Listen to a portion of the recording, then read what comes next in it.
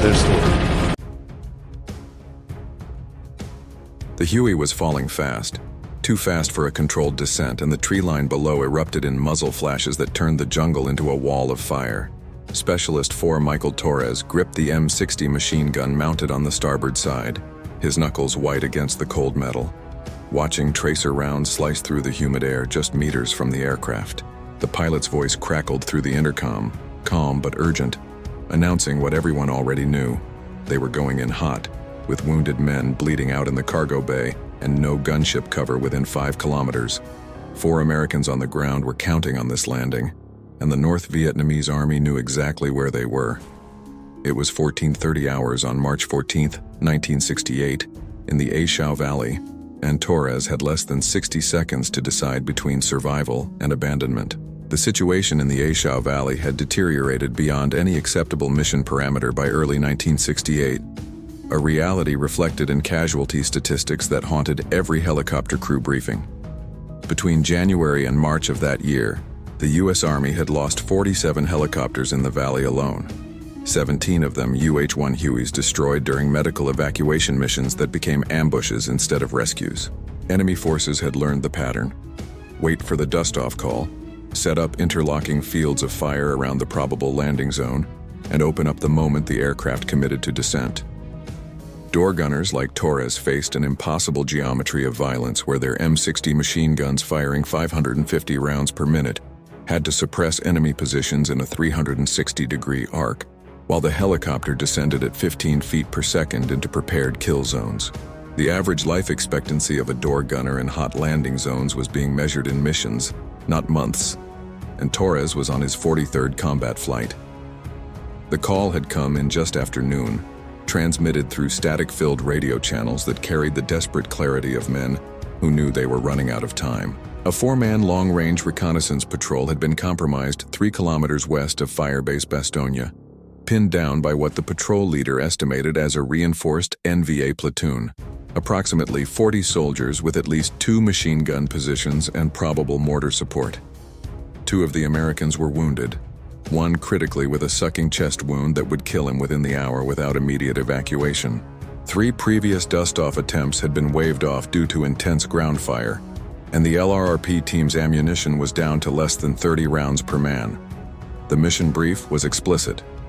This was the last attempt before nightfall would make any rescue impossible, and the crew of Huey tail number 66 16735 understood that failure meant leaving 4 men to die or be captured in a valley that had become synonymous with American losses.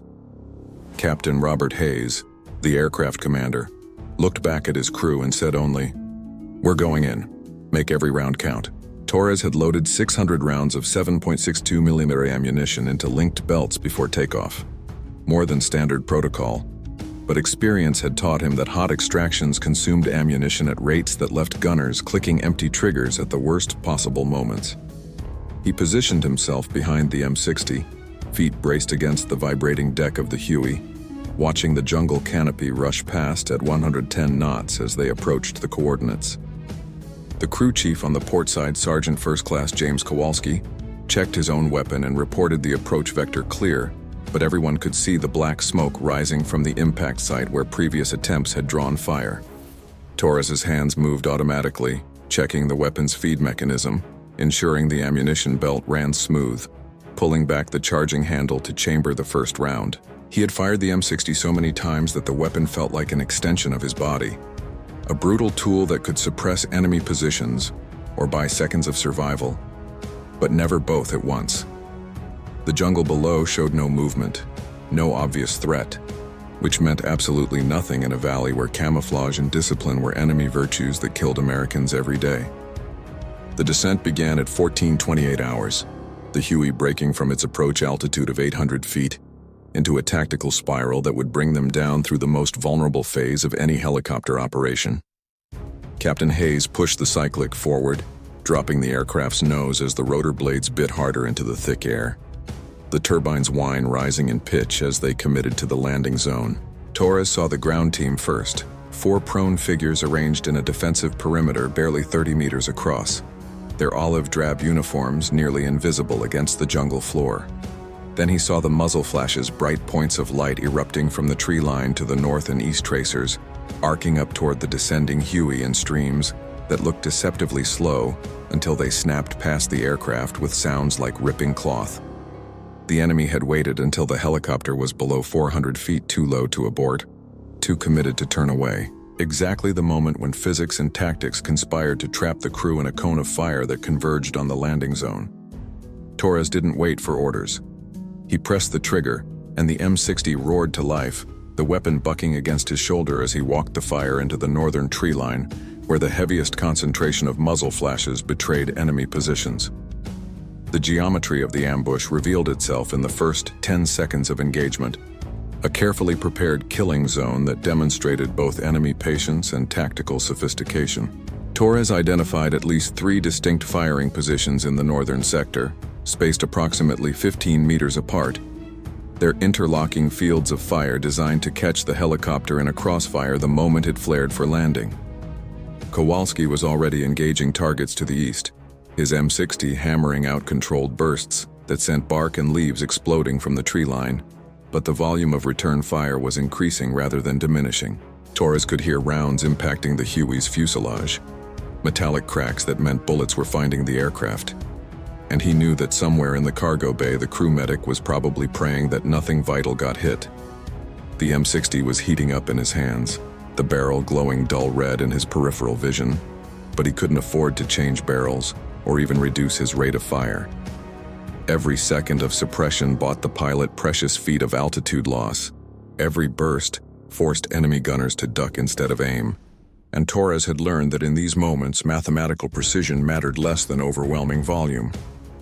He burned through 100 rounds in the first 15 seconds, the empty shell casings cascading out of the aircraft to fall into the jungle below.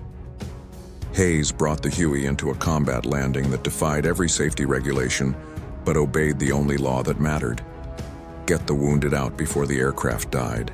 The skids touched down hard at 14:29 hours, bouncing once on the uneven ground as the rotor wash flattened the elephant grass in a circle 30 meters across. Torres never stopped firing. From his position, he could see the LRRP team scrambling toward the aircraft, 2 men carrying a third whose chest was wrapped in blood-soaked bandages, the 4th man walking backward while firing his M16 in controlled bursts toward the tree line. The crew medic, Corporal David Chen, jumped out to help load the wounded, and in that instant Torres saw movement in the vegetation 60 meters to his front. An NVA soldier rose from concealment, bringing an RPD light machine gun to bear directly on the exposed Americans, the distinctive circular drum magazine identifying the weapon as capable of sustained fire that would cut down everyone in the open. Torres shifted his aim without conscious thought, muscle memory and 43 previous missions guiding his hands as he brought the M60's sights onto the target. He fired a 6-second burst, 27 rounds that chewed through the jungle foliage and found the enemy gunner, who collapsed backward without firing a shot. But Torres had seen the muzzle flash from a second position, deeper in the tree line, and he knew they were running out of time.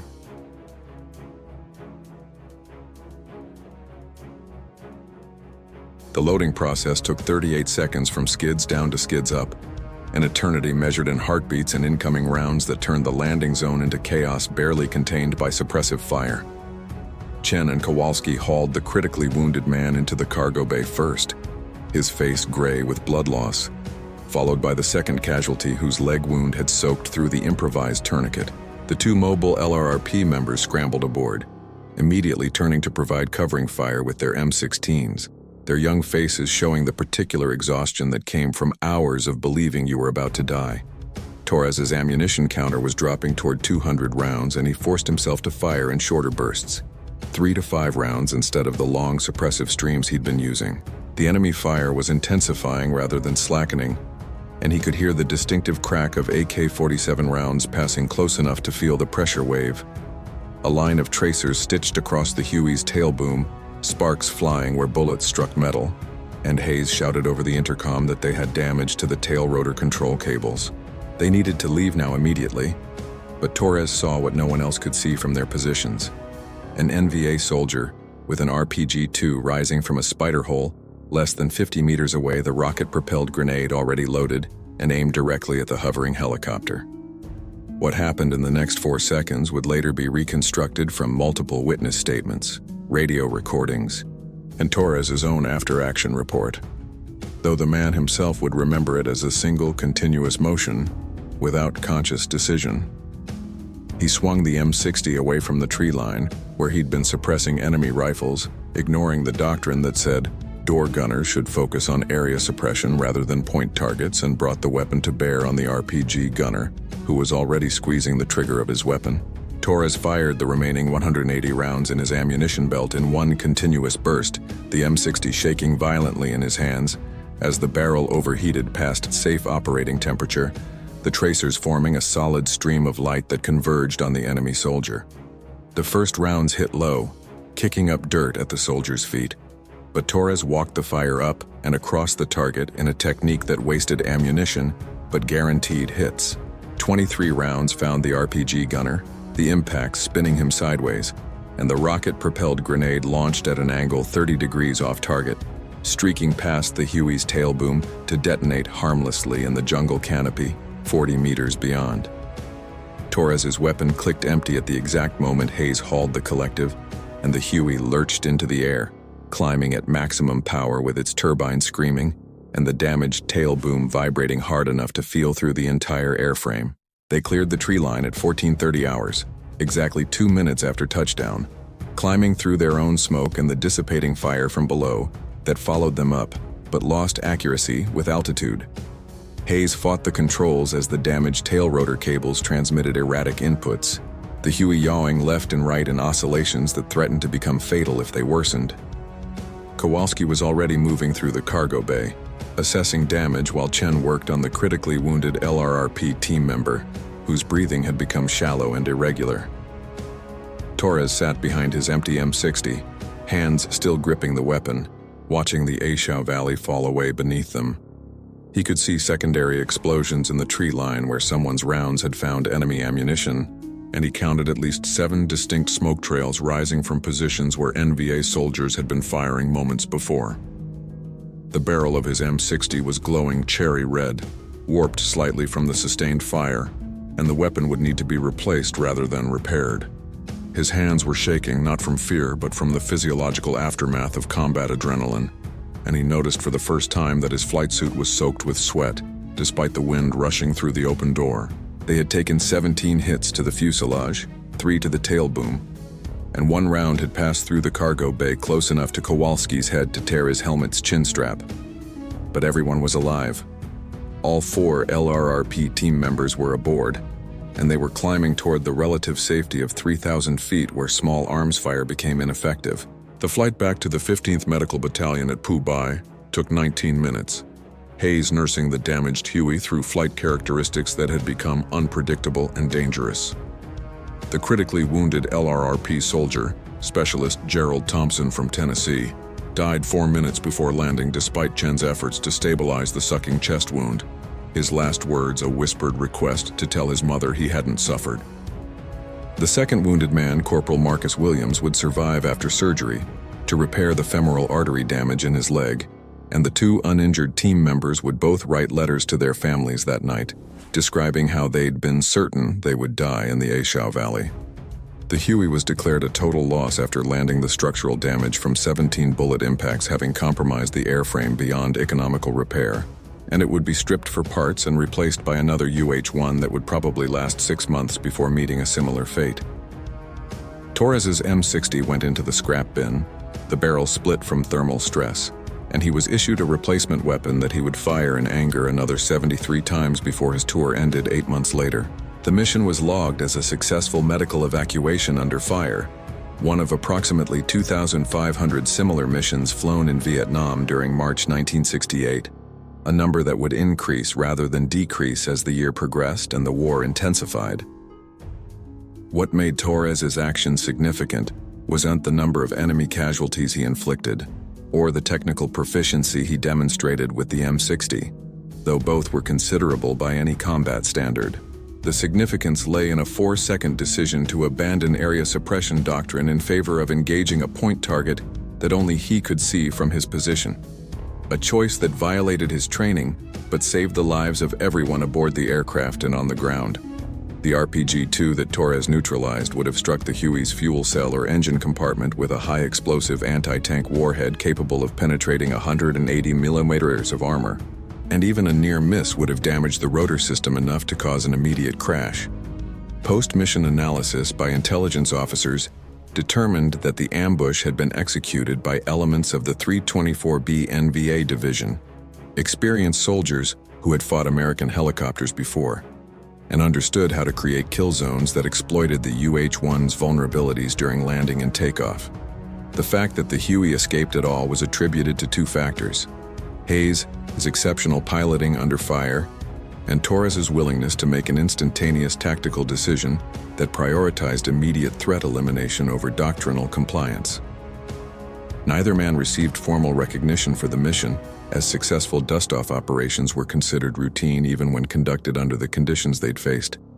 But their crew chief Kowalski would later state in an interview that March 14, 1968, was the day he understood the difference between following procedures and winning fights. The role of door gunners in Vietnam helicopter operations represented a unique intersection of defensive necessity and offensive opportunity, a position that required men to simultaneously protect their aircraft and suppress enemy forces while exposed to fire from a 180-degree arc. The M60 machine gun they employed was fundamentally a ground infantry weapon adapted for aerial use, belt-fed and air-cooled but prone to overheating during sustained fire of the type Torres had employed. Standard doctrine called for door gunners to fire in bursts of 6 to 9 rounds, pausing between bursts to allow barrel cooling and conserve ammunition, but combat reality frequently demanded sustained fire that pushed the weapon beyond its design parameters. Door gunners went through training that emphasized technical proficiency with the M60, but the actual skill set required for survival and effectiveness could only be learned through combat experience that taught men like Torres when to follow doctrine and when to ignore it. The average door gunner in 1968 flew between 80 and 120 combat missions during a one-year tour, exposure rates that created both exceptional proficiency and cumulative psychological stress that the military was only beginning to understand. Torres would complete 116 combat missions before rotating home in November 1968, and like most door gunners, he would find civilian life afterward to be disconcertingly quiet and purposeless compared to the intense focus required by combat flying.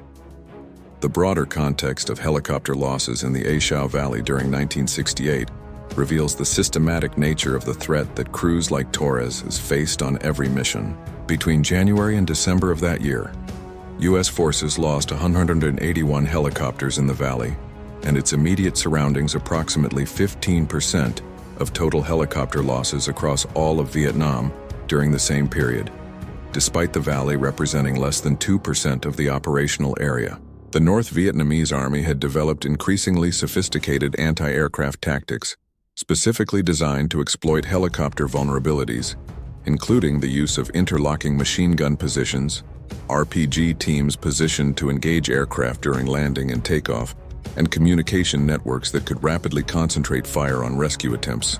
American response evolved through painful trial and error with tactics like the false insertion, where helicopters would land at multiple sites to confuse enemy observers, and the use of suppressive fire from orbiting gunships to create temporary windows of reduced threat. But fundamentally, medical evacuations in hostile territory remained extremely dangerous missions that relied on crew skill, aircraft durability, and often simple luck to succeed.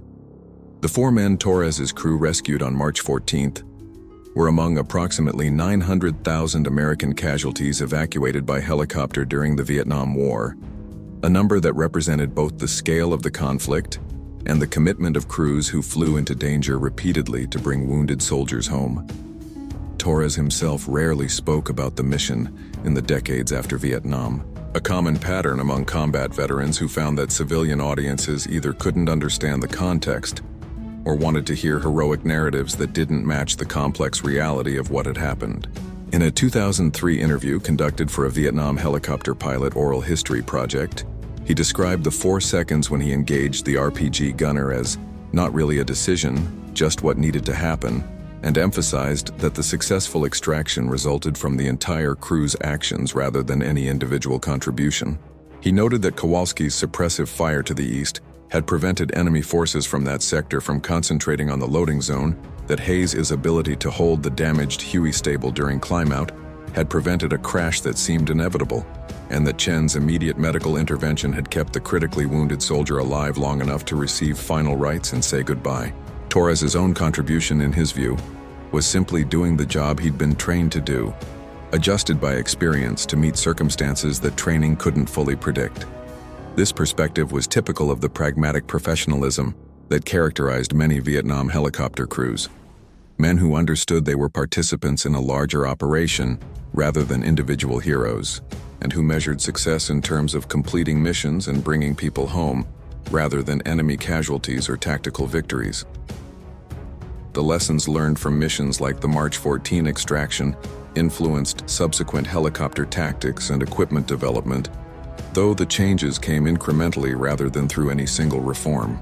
Door gunner positions on UH-1 Hueys were gradually upgraded with improved ammunition storage that allowed faster reloading, better mounting systems that provided wider fields of fire, and eventually armored seats that offered some protection against ground fire. The M60 machine gun itself underwent modifications to improve reliability during sustained fire, though the fundamental limitations of an air-cooled weapon remained. Training programs began to emphasize the importance of door gunner initiative and tactical decision-making, rather than strict adherence to suppressive fire doctrine, recognizing that combat situations required flexibility that couldn't be scripted in advance. Perhaps most significantly, the integration of dedicated gunship escorts for medical evacuation missions became more common, with UH-1 Cobra attack helicopters providing suppressive fire that allowed dust-off birds to complete extractions with reduced exposure to ground fire. These changes represented the military's gradual adaptation to a combat environment that had proven far more challenging than pre-war planning had anticipated. Evolution driven by hard-won experience and casualties that averaged more than 300 helicopters lost per year throughout the American involvement in Vietnam. The human cost of helicopter operations in Vietnam extended far beyond the crews directly involved in combat missions, affecting maintenance personnel who worked under constant pressure to keep aircraft flying, medical staff who treated the wounded brought back from combat zones, and the families who received telegrams informing them that their sons or husbands had been killed or wounded while serving as helicopter crew members. The door gunner position was statistically among the most dangerous jobs in Vietnam, with casualty rates comparable to infantry point men and tunnel rats, specialized roles that required constant exposure to enemy fire. Torres survived his tour, but many of his fellow door gunners did not, killed by small arms fire, RPG hits, or crashes resulting from aircraft damage. The psychological aftermath for survivors often manifested years after returning home, when the sustained adrenaline and focus of combat flying gave way to civilian life that seemed simultaneously boring and overwhelming. Veterans organizations and VA medical facilities gradually developed programs to address what would eventually be recognized as post-traumatic stress disorder, though understanding and treatment remained limited throughout the 1970s and 1980s. Torres himself struggled with recurring nightmares about the March 14th mission, particularly dreams where he saw the RPG gunner but couldn't fire in time, scenarios that played out the worst possible outcome instead of the reality where everyone survived. The broader historical legacy of helicopter door gunners in Vietnam encompasses both their tactical contributions to combat operations and their role in shaping public perception of the war. Images of door gunners firing from hovering helicopters became iconic representations of American military involvement in Southeast Asia, appearing in news coverage, documentary films, and eventually in popular culture depictions of the war. These images carried complex meanings, simultaneously representing American technological superiority and the grinding, dangerous nature of a conflict that seemed to have no clear resolution. The reality behind those images was considerably more nuanced than either heroic or critical interpretation suggested, involving ordinary young men performing extraordinary duties under circumstances that tested physical courage, moral judgment, and psychological resilience. Torres and men like him didn't see themselves as either heroes or victims, but as professionals doing a necessary job under difficult conditions. an identity that often felt inadequately represented in public discourse about Vietnam. The recognition they received was typically informal rather than official, coming from fellow crew members who understood what the job entailed and from the soldiers whose lives they saved through successful extraction missions. This peer recognition mattered more to most door gunners than medals or public acclaim. Validation from people who had been there and knew what it meant to fly into hostile fire repeatedly, without the option of refusing dangerous missions. Today, more than 5 decades after that March afternoon in the A Shau Valley, the details of Torres's action have faded into the vast archive of Vietnam War combat reports, one mission among millions that collectively defined American involvement in Southeast Asia. The helicopter he flew in was scrapped for parts in 1968, its service record ending with the damage it sustained during the extraction that became its final flight. The M60 machine gun he used to engage the RPG gunner was destroyed, its overheated barrel a testament to sustained fire that exceeded design specifications, but achieved the result that mattered. Specialist Gerald Thompson, the critically wounded soldier who died before reaching medical facilities, is buried in a cemetery in Tennessee, his name inscribed on the Vietnam Veterans Memorial, along with more than 58,000 other Americans who didn't come home. Corporal Marcus Williams, who survived his leg wound, lived until 2019, working as a teacher and occasionally speaking to students about his experience in Vietnam, always emphasizing the courage of the helicopter crew who came to get him when 3 previous attempts had failed. Captain Robert Hayes retired from the Army as a colonel, his personnel file noting exceptional performance during helicopter operations in Vietnam, but providing no specific detail about individual missions. Sergeant First Class James Kowalski died in 2011, and Corporal David Chen in 2015, both men carrying memories of the war that they shared with fellow veterans, but rarely discussed with family members who couldn't fully understand what helicopter combat had been like. Torres himself is still living as of this writing, now in his late 70s, occasionally attending Vietnam helicopter crew reunions where the conversation inevitably turns to missions they flew and friends who didn't make it home. The story of what happened in those 4 seconds when Torres engaged the RPG gunner carries a significance that transcends the tactical details of helicopter combat or the specific outcome of one extraction mission. It represents a moment when training experience and individual judgment converged to make a decision that doctrine didn't anticipate, but circumstances required, a pattern repeated countless times throughout the Vietnam War by men who found themselves in situations where following the rules wasn't enough. The door gunners who flew combat missions in Vietnam operated at the intersection of technology and human courage, using weapons that pushed the limits of mechanical reliability to defend aircraft that were fundamentally vulnerable to ground fire.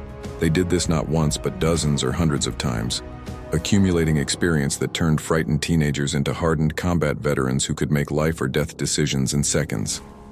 The legacy they left is embedded in military doctrine that now better recognizes the importance of tactical flexibility in aircraft design, that incorporates lessons learned from Vietnam's helicopter losses, and in the memory of soldiers who survived because someone was willing to fly into hostile fire to bring them home.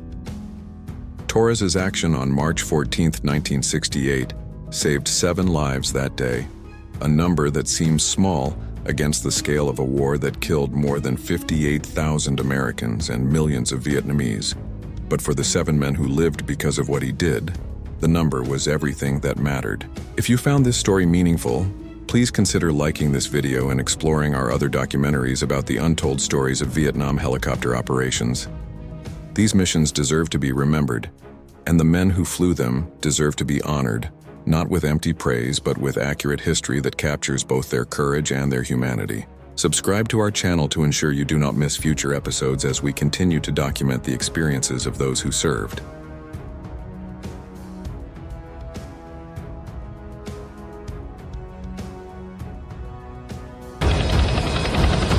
In the Vietnam War, the sky was not a safe place. Every mission was a gamble between coming back or vanishing.